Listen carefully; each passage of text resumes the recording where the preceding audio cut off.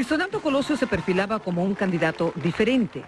Quiero ser presidente de México para encabezar una nueva etapa de cambio. Suave en su trato, firme en sus palabras. Es la hora de cerrarle el paso al influyentismo, a la corrupción y a la impunidad. Apasionado en su visión de México. Yo veo un México con hambre y con sed de justicia. Esa pasión y esa visión le dio a Luis Donaldo Colosio una frescura pocas veces vistas dentro de un extenuado sistema político.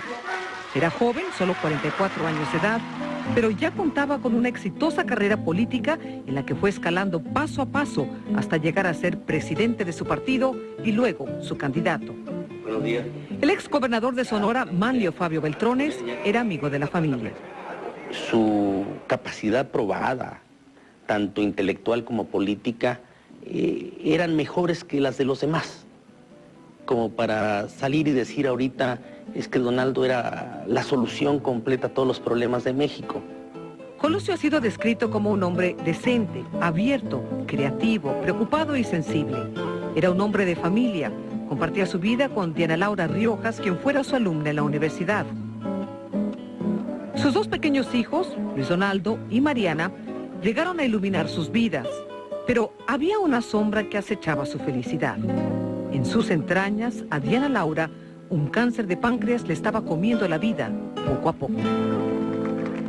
Aún así, su enfermedad no le apagó la sonrisa ni mermó el apoyo a su esposo. Provengo de una cultura del esfuerzo y no del privilegio. Colosio vino de una familia trabajadora. Es aquí donde nació, en el pequeño pueblo de Magdalena de Quino, en el fronterizo estado de Sonora. En su casa, sus padres, don Luis y doña Ofelia, resguardan como tesoros los recuerdos de su hijo. La cualidad que yo le descubrí a temprana edad a Luis Donaldo fue una cualidad de liderazgo. Cualidades que lo hicieron sobresalir como estudiante. En cada año. Rubén Durazo, su profesor de quinto grado, lo recuerda con cariño y respeto. Imagino que hubo cientos de estudiantes que fueron sus alumnos. ¿Por qué recordar a Luis Donaldo Colosio? Pues porque fue un alumno distinguido. Y ya como político exitoso siempre se mantuvo fiel a sus raíces. Siempre pisó tierra y siempre saludaba a quien él conocía. Todo el mundo conocía y los llamaba por su nombre. En el almanaque de recuerdos de su maestro, Luis Donaldo guarda un sitio especial. Este es el número 23. El número 23. ¡Qué ironía! Un número que años después marcaría su destino y cambiaría el rumbo de la historia política de México. Acudimos al aeropuerto a recibirlo, a la plataforma donde arribaría el avión con el licenciado Colosio. Como presidente del PRI en Tijuana, Antonio Cano Jiménez estaba encargado de organizar el evento de campaña en esta soleada tarde. La gente que estaba ahí a recibirlo inmediatamente se acerca a quererlo saludar y se pierde el orden.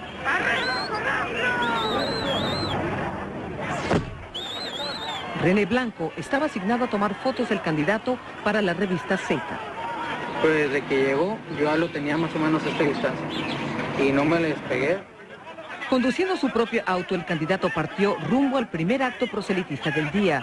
La periodista Adela Navarro estaba cubriendo el evento. Para llegar, las calles no estaban pavimentadas, entonces tenías que ir ahí sorteando baches y piedras y demás.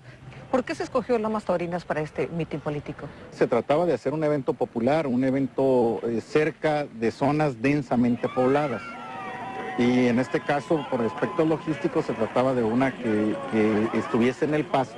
El doctor Juan Parcero López era militante del PRI en Tijuana y conocía personalmente a Colosio. Estaba ahí para mostrar su apoyo. Era un lugar sumamente peligroso. Yo no me explico por qué escogieron ese lugar para llevar ahí al licenciado Colosio. Realmente era muy fácil llegar y estacionarse donde fuera. No había un lugar acordonado, no había nada que indicara algo más de seguridad, ¿no? ¿En ningún momento hubo preocupación sobre la poca seguridad o falta de seguridad que había en esta zona con tanta gente y tan abierto? Sí se planteó, sin embargo, los asuntos de seguridad, nos decía el Estado Mayor, nosotros los atendemos. Ustedes encárguense de que sea un evento nutrido, que acuda mucha gente. Y así fue. Cerca de 4.000 personas se congregaron en el improvisado y poco adecuado escenario donde Colosio habría de hablar. Y sobre todo, la gente que tiene confianza en un nuevo PRI. Yolanda Lázaro, representante de Lomas Taurinas, fue una de las oradoras ese día. Pues imagínese, representaba mucha esperanza para nosotros porque teníamos confianza en él. Había una gran expectativa entre los asistentes por escuchar las palabras de Colosio. Y justamente aquí donde está este poste, estaba el pick-up donde nos subimos todos los medios que nos pudimos y alcanzamos a subir. Yo me traté de acercar al lugar por donde iba a pasar. A mí me empujaron para atrás. La presentadora de televisión Talina Fernández estaba cubriendo el evento. Me puse abajo del templete a oír todo lo que sucedía. Que no les quepa la menor duda. Aquí en Tijuana, como en Baja California, ¡vamos a ganar! Cuando ya iba a terminar, llega alguien de seguridad y me dice, señora, vámonos yendo al camión, porque la salida va a estar muy difícil. ¡Que viva la Organización Popular! ¡Que viva el PRI! ¡Que viva México! Bajamos y lo único que me dijo, ustedes son la unidad, ustedes son la esperanza. Él se fue bajando y se fue despidiendo y saludando a la gente. Se iba metiendo más gente porque gente de abajo quería subir. Y toda la gente se le va encima. Y su seguridad obviamente pues no lo alcanza a cubrir bien. Había una música estridente que no permitía escuchar muy bien.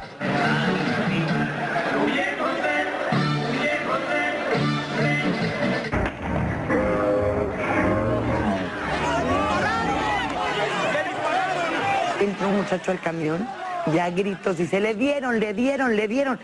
Cálmate, ¿le dieron qué? ¿A quién?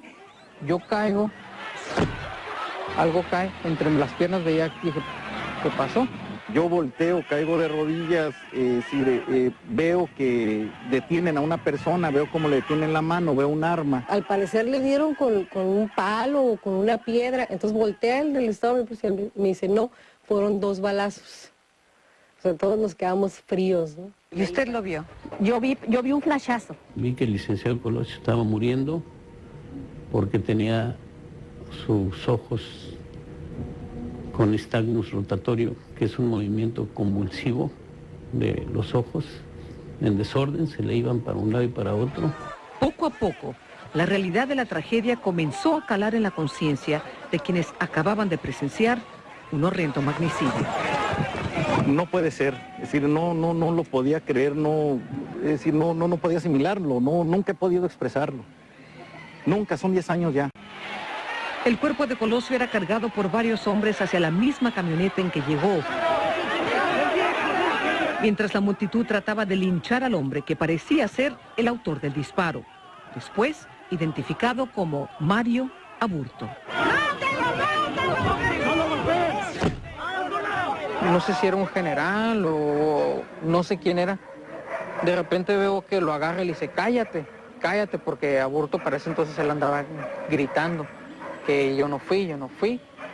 Que fue el ruco, decía, fue el ruco. Ruco obviamente significa viejo. Ajá. Entonces él dijo que fue otra persona quien disparó en ese momento. Él decía, fue el ruco, que no sé qué. En ese momento comenzó un esfuerzo descoordinado por tratar de llevar a Colosio a un hospital lo antes posible. La camioneta donde lo subió inicialmente chocó, porque te digo, el terreno estaba muy accidentado, no había orden, entonces todos los carros estaban mal estacionados. Lo sacan de esa camioneta y lo llevan a la ambulancia, que estaba más retirada. Al momento que subió la ambulancia, nosotros vimos el tipo de lesiones que traían, eran de bastante gravedad. Como paramédico, Héctor Manuel Díaz estaba consciente de la urgencia de tomar medidas y de la magnitud de lo que acababa de ocurrir. Se le intentó hacer todo lo posible, se le logró colocar intravenosos. Y así, de acuerdo con el informe oficial, 8 minutos después de ser acribillado, Luis Donaldo Colosio llega al Hospital General. Yo me acuerdo que subió a la banqueta y de ahí lo subimos a la rampa con la camilla y lo entregamos a los doctores. Colosio, con sus signos vitales debilitados, se abría paso hacia el quirófano más cercano. La doctora Patricia O'Banel estaba de guardia ese día en caso de una emergencia. En el momento que yo llegué tenía latidos mas sin embargo esos latidos no daban suficiente irrigación ni a su cerebro, ni a su corazón, ni a sus tejidos. Un ejército de médicos luchaba infructuosamente por mantener a Colosio con vida, entre ellos el cardiólogo Juan José Parcero. Logro entrar a la vena y logro meter el marcapaso. Aquí en el Hospital General cundía el pánico, había mucha confusión y una gran desesperación. La gente trataba de acercarse hacia donde habían llevado el cuerpo de Luis Donaldo Colosio y unos cuantos quedaron atrapados aquí entre la entrada del hospital y los quirófanos. Es ahí cuando comenzó una larga espera. Nos hicimos a un lado y ahí nos quedamos a esperar la información de los médicos que fueran saliendo. No había organización. Y los periodistas seguían llegando al hospital. Y en el momento que voy subiendo las escaleras corriendo, veo que viene llegando Diana Laura. A Diana Laura, esposa de Colosio, quien lo había acompañado en el viaje de campaña, le dijeron que su marido había sido golpeado con un palo en la cabeza. Pasó corriendo y obviamente no se detuvo. Si todos quienes estábamos ahí en la antesala del quirófano la vimos pasar. Y después de ella el obispo. ¿Y cómo la vieron? A prisa, corriendo. Dentro del quirófano continuaban los esfuerzos desesperados, pero las esperanzas poco a poco se iban desvaneciendo. Si usted me dice que si estaba vivo o muerto, yo le puedo decir que estaba más muerto que vivo. En la sala de operaciones también se encontraba Domiro García, el general encargado de la seguridad del candidato. Él se retiraba hacia el fondo del quirófano, hablaba por teléfono y nos decía, bueno, sigan haciendo lo más que se pueda. Entonces se retira un poco, está un poquito más de tiempo y regresa y me dice, bueno, yo creo que si ya no hay esperanza, pues ya hay que dar por terminado esto. Y empezó a pasar el tiempo y de repente llaman a Diana Laura. México estaba a punto de vivir una tragedia nacional, pero nadie podía sentir un dolor más profundo que los seres queridos de Luis Donaldo Colosio. A su padre, recordar aún le desgarra el corazón. ¿Dónde y cómo se enteró usted de los hechos en Tijuana? Yo me encontraba en la capital del estado, en Hermosillo. De repente la algarabía, la plática generalizada, que todo el mundo estaba opinando y hasta como de alegría, se fue tornando un poco tensa. Y dije, pues, ¿qué está pasando? ¿Por qué nadie se ríe? ¿Por qué?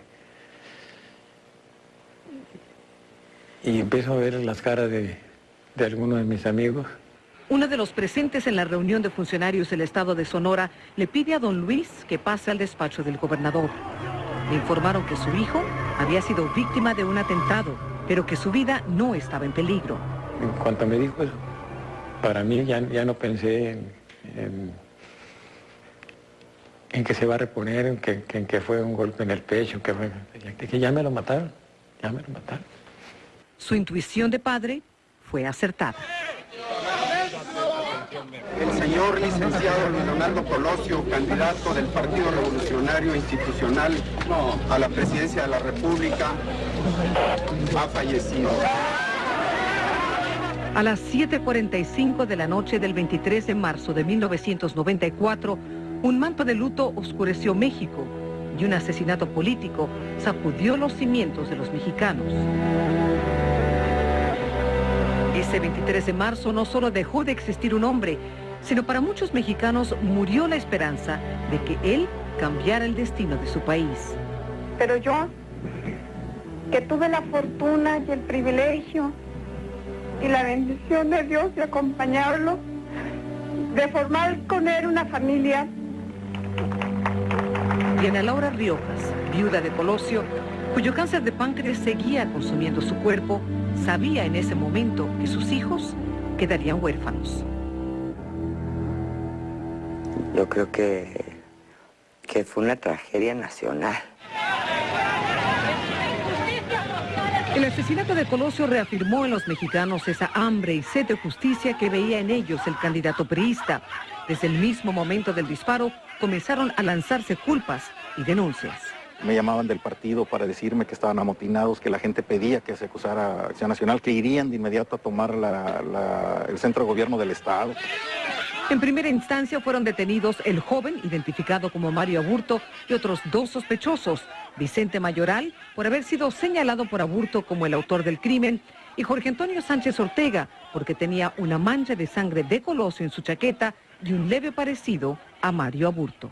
Nos llevaron allá a la PGR y ahí fue donde vi yo a Sánchez Ortega, que se parecía a Mario, y ahí lo tenían. María Luisa Aburto, madre del principal sospechoso, también fue detenida.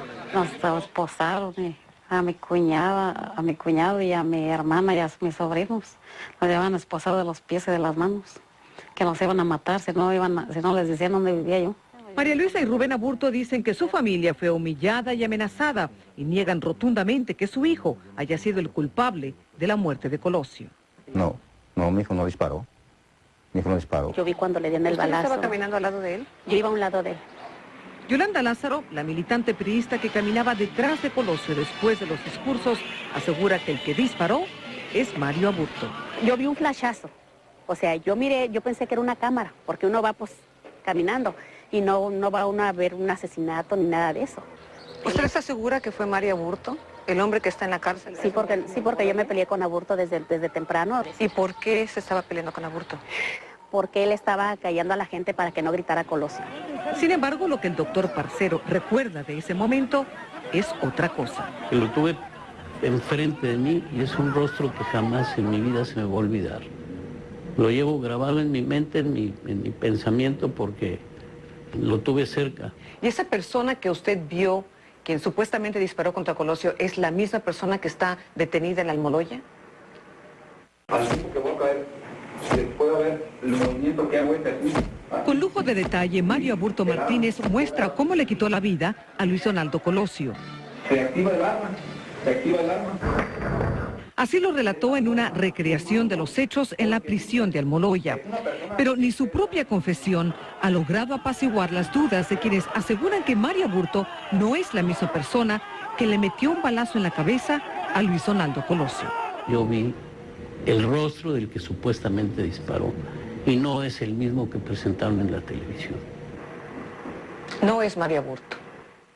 Para mí no es Mario Aburto. Su padre coincide. Mi hijo nunca se mira cerca de Colosio, nunca. Son otras personas las que se miran. Rubén Aburto dice que su hijo le aseguró que lo obligaron a confesar a base de torturas. Le vendaron los ojos y que le pegaban, ¿verdad? Y que tú te tienes que echar la culpa. Esta foto fue tomada segundos después del disparo. Se tomó esta foto cuando a ti te detuvieron. Y nada más queremos que nos digas si este eres tú. Sí, soy yo, señor.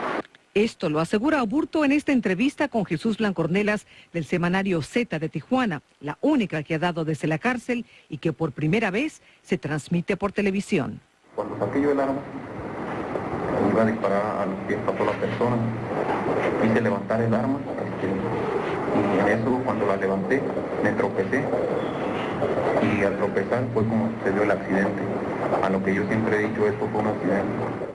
Blancornelas es coautor de un libro sobre el caso Colosio. ¿A qué conclusión llegaron ustedes después de investigar el caso durante 3 años? Que fue él solo. Él, lo que nosotros llamamos, y todo el mundo lo llama, aunque no lo creen, el asesino solitario. No encontramos a nadie de atrás de él. ¿Pero no le cree que fue un accidente? No le creo que fue un accidente. Para nosotros, quería él matar a quien representara el sistema, porque estaba enojado. ¿Qué quieren hacer los funcionarios o los del gobierno? Seguir robando a México. Entonces, ¿cuándo va a progresar México? Nunca va a progresar, siempre lo van a tener al pueblo humillado y matado, muerto de hambre. Las conclusiones de la investigación oficial se resumen en estos 4 tomos publicados por la Procuraduría en septiembre del año 2000. Quien lea los 4 tomos, seguramente todas las dudas que tengan alrededor de las diligencias o de las líneas de investigación que se siguieron quedarían disipadas. El homicidio del licenciado Luis Donaldo Colosio. 4 fiscales especiales han tenido bajo su cargo el caso Colosio. Se han entrevistado a más de 1.460 testigos, se han gastado más de 13 millones de dólares y se han investigado más de una veintena de teorías o líneas de investigación. Aún así, quedan muchas dudas y preguntas sin respuestas. Ciertamente se cometieron primero muchísimos errores en la investigación que crearon una confusión.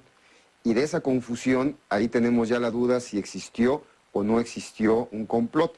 El médico forense Ángel Gutiérrez realizó una investigación independiente. El hecho de que sea un asesino solitario no quiere decir que no haya habido complot, pero también coincido con la última versión de la Procuraduría en la situación en la que se llevó a cabo la posición víctima-victimario. Esto es que Mario Aburto iba del lado derecho, realiza un primer disparo en la cabeza y al caer Luis Donaldo, él realiza el segundo tiro. Es precisamente el famoso segundo disparo en lo que Eduardo Valle, un ex zar antidrogas conocido como El Búho, se basa para escribir un controversial libro que suponía un segundo pistolero.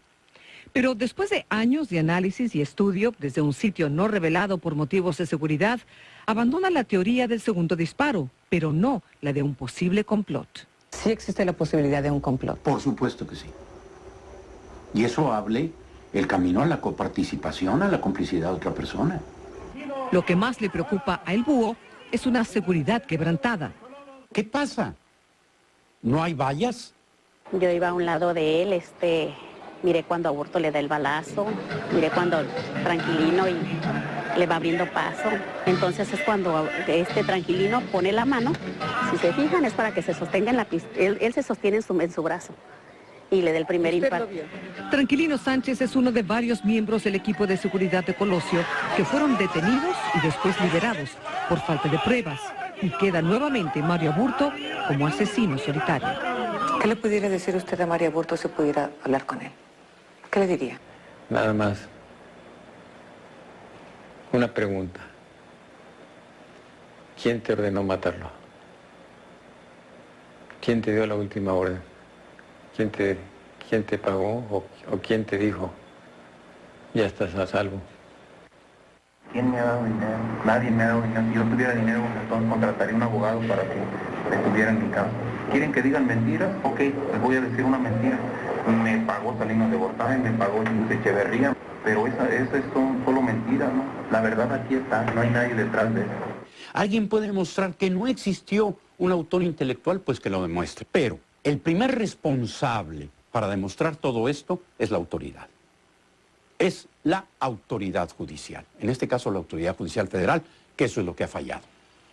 Y esa falta de confianza en el sistema judicial ha hecho que gente como Manlio Fabio Beltrones, exgobernador de Sonora y amigo personal de la familia Colosio, siga en busca de respuestas.